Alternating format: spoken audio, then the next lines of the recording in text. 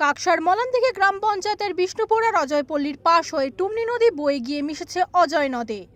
বেশ কিছুদিনের টানা বৃষ্টিপাতের ফলে প্লাবিত হয়েছিল কয়েকশো বিঘা বেগুন, পটল, উচ্ছের শাকসহ 20 রকম সবজি আর ধান চাষের জমি। ফের আবারও নিম্নচাপের জেরে শুরু হয়েছে বৃষ্টি। ধীরে ধীরে ফের জল বাড়ছে টুমনিতে।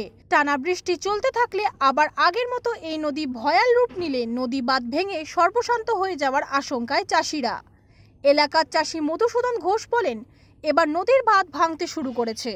এই বাঁধ ভেঙে গেলে কয়েকশো হাজার বিঘা জমি প্লাবিত হয়ে যাবে। আমাদের মতো চাষের উপর নির্ভরশীল মানুষদের পথে বসতে হবে। একাধিক গ্রামও প্লাবিত হয়ে যাবে। গোড়া ঘিসে চলে এসেছে টুমনি নদীতে। এটা ভেঙে গেলে আমাদের জমি ক্ষতি হবে বিশাল। এখানে চাষ হয় আলু, পটল, বেগুন, সমস্ত রকমের চাষ হয়। তো কত বিঘা জমি আছে? জমি তো এলাকাটা কত হাজার বিঘে নাকি 1000 বিঘে, 1000 বিঘে জমি হবে। ধান চাষেরও জমি আছে? ধান চাষের জমি আছে, বিশেষ করে সবজি চাষের জমি আছে। কপি চাষ হয়, আলু চাষ হয়, পটল চাষ হয়। এই টুমনি বাঁধটা যদি ভেঙে যায় সব মাটি চাপা পড়ে যাবে এবং এই দিক থেকে আবার এই যোগাযোগটা বিচ্ছিন্ন হয়ে যাবে। গ্রামের জলে আটকে পড়ে। মানে এটা কি সংস্কার হয়নি? সংস্কার টুমনিটা যাতে এই টুমনির গাটা যাতে পাথর দিয়ে বেঁধে দেওয়া হয় তাহলে ভালো হবে। তাহলে বাঁধটা ভাঙবার সম্ভাবনা কম থাকবে। আবার বৃষ্টি হলে কি? আবার বৃষ্টি হলে ভেঙে যাওয়ার ভয় বেশি। বাঁধটাই থাকবে না। বাঁধটা থাকবে না।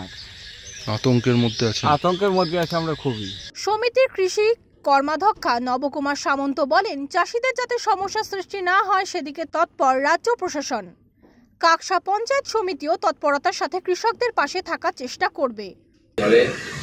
এই ব্যাপারে আমি কাকসা পঞ্চায়েত সমিতির কর্মাধ্যক্ষ নবকুমার সামন্ত সেই দপ্তরে আধিকারিকদের সঙ্গে কথাবার্তা বলেছি। এরা এই ব্যাপারে যথেষ্ট সচেতন। ইমিডিয়েট এই বাঁধটাকে তারা মেরামত করার ব্যবস্থা গ্রহণের উদ্যোগ। পাল্টা বিজেপি নেতা রমন শর্মা বলেন, এটাই তো বাংলার পরিস্থিতি। চাষিরা বিপদের মুখে রয়েছে সেটা দেখার নাম নেই।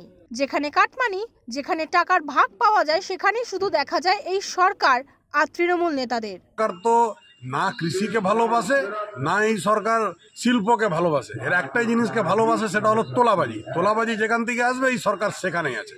এখন দেখার পালা যে সরকারের পক্ষ থেকে কি সিদ্ধান্ত নেওয়া হচ্ছে। দুর্গাপুর থেকে অনুসুয়া সিনহার রিপোর্ট, ওঙ্কার বাংলা।